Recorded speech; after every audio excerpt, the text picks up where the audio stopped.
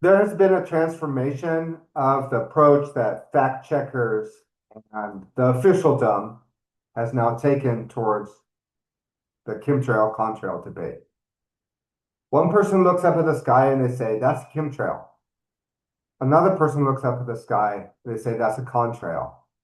But sadly, lamentably, most people will look up at the sky and they'll say, those are just clouds.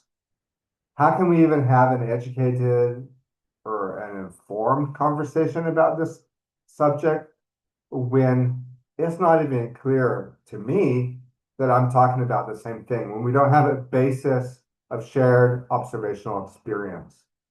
Um, we might, in fact, be putting the horse before the cart before the horse. I always forget how to say that expression. If you know how it is, leave some comments. Um, what comes first normally? The horse before the cart. So we don't want to put the horse in front of the cart. That's it. We do that though when, especially on these forums that I'm a part of, where you don't even get a chance to talk about if there is a shared observational foundation. So I always like to start out seeing what I can agree with on other people. Because especially on these groups on Facebook that deal with the subject, they just insult you. And it's very hard to actually get real engagement. I'm used to it. Um, the problem is that a lot of these naysayers and self-appointed debunkers, they don't realize that officialdom has changed. These are things I've been monitoring over decades. Um, so the arguments by these self-appointed fact checkers and debunkers that actually do know something about it, the theme. And I would include also the official narrative from science magazines and also from government pronouncements. It's really evolved and morphed to the point where they say that now you can't really tell the difference just by looking at photos or looking at a video of an airplane, whether it is a chemtrail or a contrail. Because if it were a chemtrail, they say it would appear the same way as a contrail.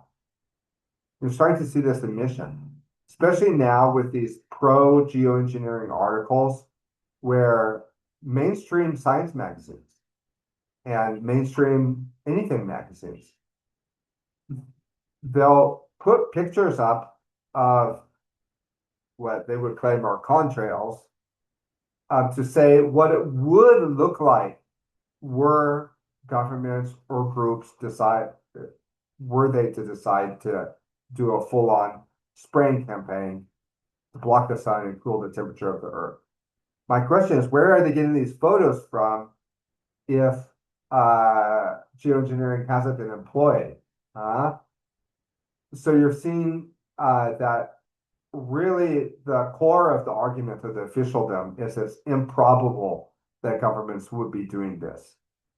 And so they're assuming that the airplanes we're looking at are contrails. But there's starting to be an admission that you need more information. Of course, that more information that you need isn't just examining how long they stay in the sky or examining the airplane itself, but it's examining the nature of the irregular grid patterns and the nature of what we do know in certain areas about commercial flight paths. When I was in Eureka, California, I would point out the trails to somebody who never thought about it before. They say, oh, those are just the airplanes. They're going to the McKinleyville airport. My grandfather was actually born. He was doing weather manipulation in the 1950s at that airport. That's why my dad was born in Humboldt County. My grandfather, he continued to work for the Air Force when he, after World War II, continued to work for them. He was doing weather manipulation at the McKinleyville airport. Now it's the only commercial airport in Humboldt County. So when you see dozens of airplanes making loops all around Eureka, California, you know that ain't no commercial aircraft. But most people, they don't get that far because they've never thought about it. So in the same way that now the officialdom is saying, no, you need more information because um, airplanes in the sky that really are doing chemtrails, like for crop dusting or for spraying fire retardant, it actually does look the same um, as what they're saying is condensation trail. And they say you need to consider things like the altitude of the airplane. That's what I've been saying for 20 years. Because a lot of these airplanes are flying too low to reasonably expect an ice trail. Maybe not as low as tanker craft plane spraying fire retardant, but still the altitude has to be considered. In a lot of ways, we saw something similar with the 9/11 truth movement, where at first the 9/11 truth the officialdom, the 9/11 Commission report, and the news magazines, their official line was that Building 7 didn't exist. Building 7, there was no third skyscraper. Building 7 was the figment of the imagination of anti-American conspiracy theorists. But slowly, as the 9/11 truth movement gained traction, the officialdom adjusted and refined their story and started giving, even though insipid explanations for Building 7, at least they acknowledged it.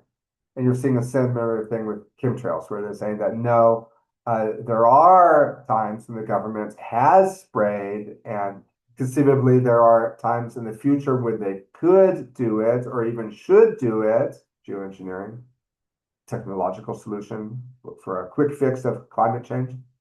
But it's improbable and you shouldn't suggest it now. They're moving away from the science and focusing on the political issues. And so I guess they call you crazy and then they prove you right. And you'd expect the officialdom around chemtrails, contrails to evolve, to become more nuanced as this theme continues to take center stage in American life. Unfortunately, when I try to express these things in Facebook groups, Facebook groups dedicated to this theme, I just get insulted. And it's saying chemtrail, a lot of people, it's like saying alien or UFO. It just, and they have a shoot from the hip type reaction. But this isn't the only area where the debate has been shifting. The officialdom has been shifting. So a lot of the people that, even though those ones who are friends of mine that leave comments on my Facebook page, on my video channels, they're still talking like it's 2014. And as they don't realize that even the official position of the government has changed.